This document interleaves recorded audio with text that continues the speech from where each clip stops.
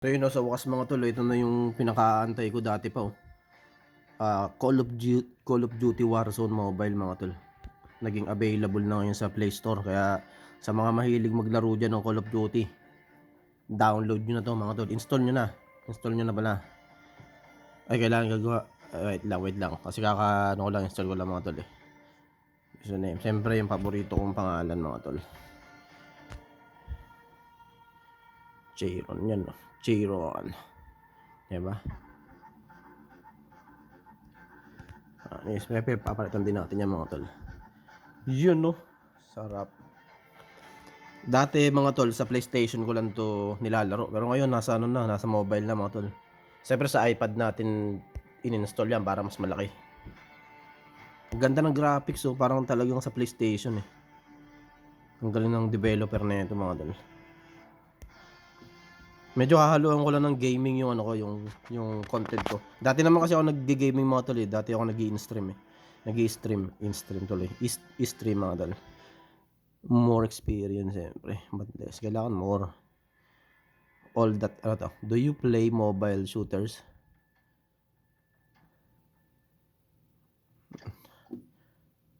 You know. Better graphics. The more you play. Ano? What? Better graphics the more you play. Okay. Let's see. Ganda na ito mga tol. Sa mga mahilig maglaro, install nyo na to. Bagong-bago to. Ito na yung magiging paborito ng mga gamer ngayon, lalo na yung mga streamer. Kasi sikat na sikat ng ang Call of Duty Warzone mga tol eh. Warzone would like to find and connect to device at your local. Atin yun, no? Training Verdas.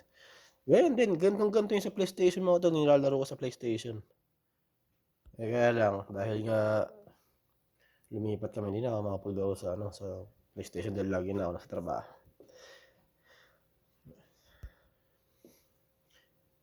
Facebook. Ano ganda. Ayun lang. Paano ba ito? Ayun lang, wala tayong holder mga tol. Ano ba? Yun pala. Isang kamay. Manis, ya. Wait lang, paano kaya ito? Isang kamay kasi ginagamit ko mga tol. Ito lang. Natin ito mga tol. Diba? Nagana tayo eh. Tawag niya ito. Multitask eh. M4 pala. Yun, sarap oh. Ba't wala siyang button mga tol? Paano to?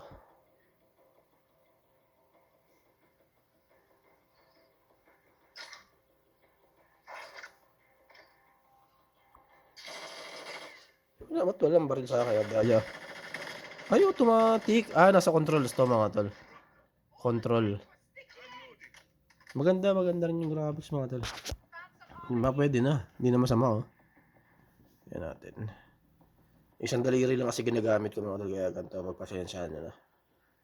Pero maganda graphics niya mga tol. Naka na lang oh. Ayusin ko yung configuration nito mamaya. Gusto ko lang ipakita sa inyo mga tol. Ayan. Sa mga mahilig mag-games.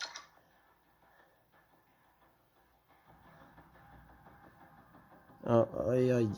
Wala na lang. Ano siya ito? Yun. Okay.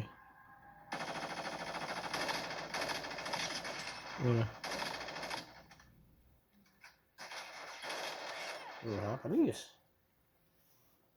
Diba? Lakad.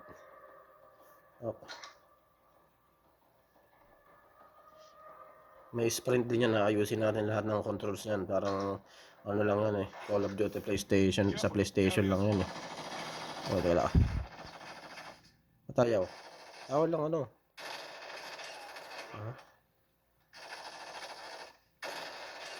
Isang daligiri lang yan mga tol ha. Auto fire na. Manual fire tayo pare. Ayun, lumabas na ang manual fire naman, gusto ko. Tapos bababa natin yung dito, ayusin natin naman. So yun lang mga tol. Mamaya ayusin ko na itong controls na yun. Gusto ko na ipakita sa inyo kung gaano kaganda yung graphics, yung motion niya pare. Ayun o, sarap o. Ay, kakampi ko pala yun. Ito palang kalaban. So ayun lang mga tol, gusto lang pakita sa inyo kung ano yung gaano kaganda yung graphics na itong Call of Duty Warzone Mobile. Ngayon, ito na yung papalit sa Call of Duty Mobile mga tol. Mas maganda to syempre. Realistic to eh. So yun lang mga tol. Maraming salamat. Kung nagustuhan mo to, comment ka na. Please like, share at comment. At kung hindi pa nakapalo-follow na mga tol. Medyo hinaluan lang natin ng gaming pero sa mga ibon pa rin tayo syempre. So yun. Till next time. Ingat!